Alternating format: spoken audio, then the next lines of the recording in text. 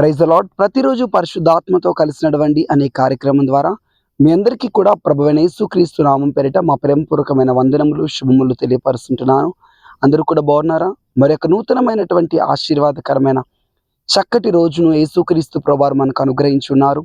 ఈ రీతిని బట్టి ఆయన పరిశుద్ధమైన నామానికి మహిమ ఘనత ప్రభావములు కలుగును గాక. పాపము అనేది భయంకరమైనది. అది సులభంగా ఒక వ్యక్తిని పడవేయగలదు.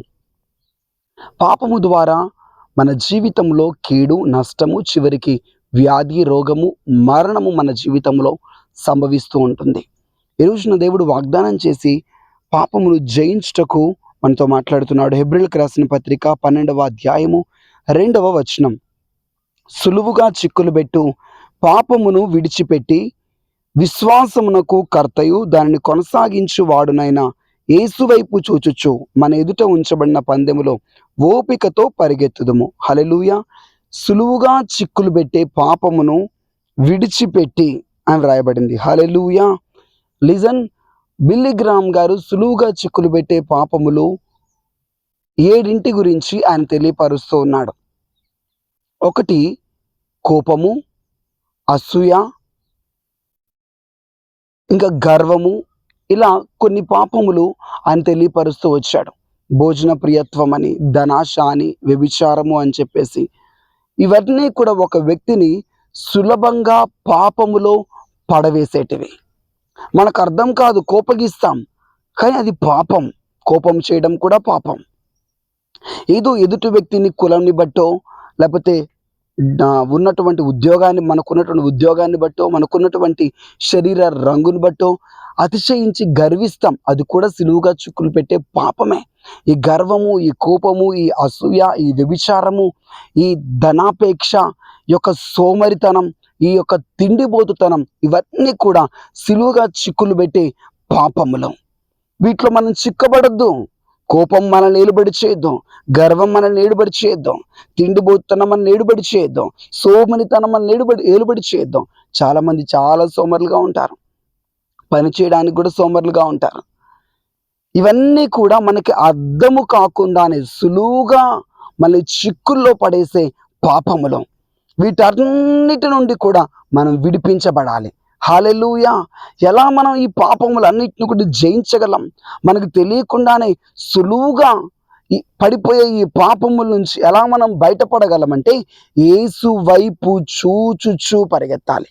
ఎవ్రీడే, ప్రతిరోజు కూడా యేసు వైపు మనం చూడాలి.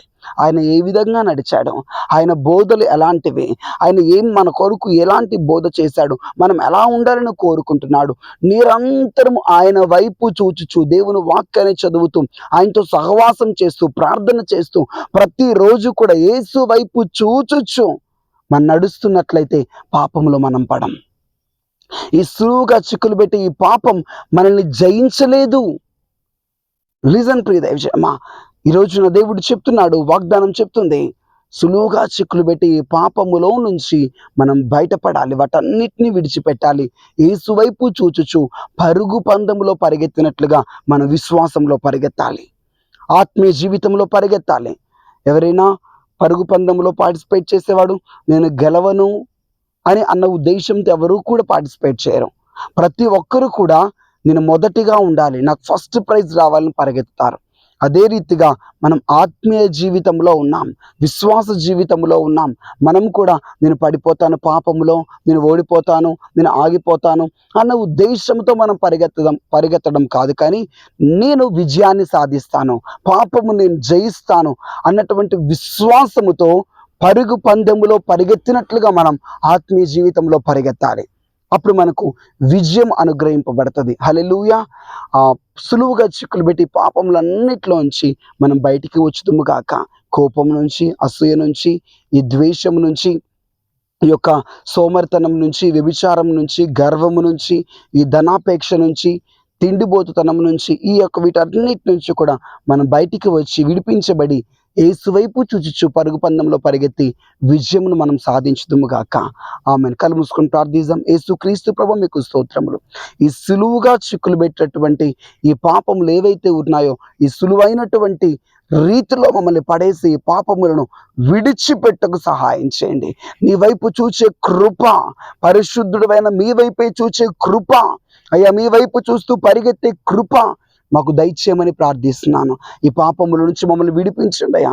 ఎంతమంది కోపానికి బానిసయ్యారు, విచారానికి బానిసయ్యారు, కామాతురత కామపు క్రియలకు బానిసైపోయినారు, గర్వమునకు, ధనాపేక్షకు, అయ్యా సోమర్తనమునకు, తిండిబోత్తనమునకు, ఎంతమంది అయితే అసూయకు బానిసైపోయినారో యేసు నామములో వీటన్నిటి నుంచి బయటికి వచ్చుదురుగాక. ఈ పాపముల వల్ల ఏలుబడి చేస్తే అయ్యా మా భవిష్యత్తుని ఇవి నాశనము చేస్తాయి, భవిష్యత్తులో ఆశీర్వాదాన్ని పొందుకొనుకోకుండా చేస్తాయి. యేసు నామములో వీటి నుంచి మాకు విడుదల ఇప్పుడే కలుగును గాక అని ప్రార్థిస్తున్నాను.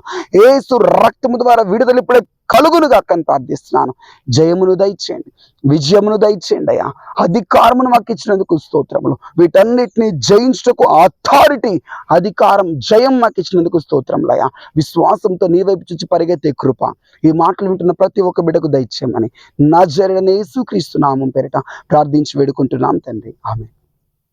Praise the Lord. God bless you.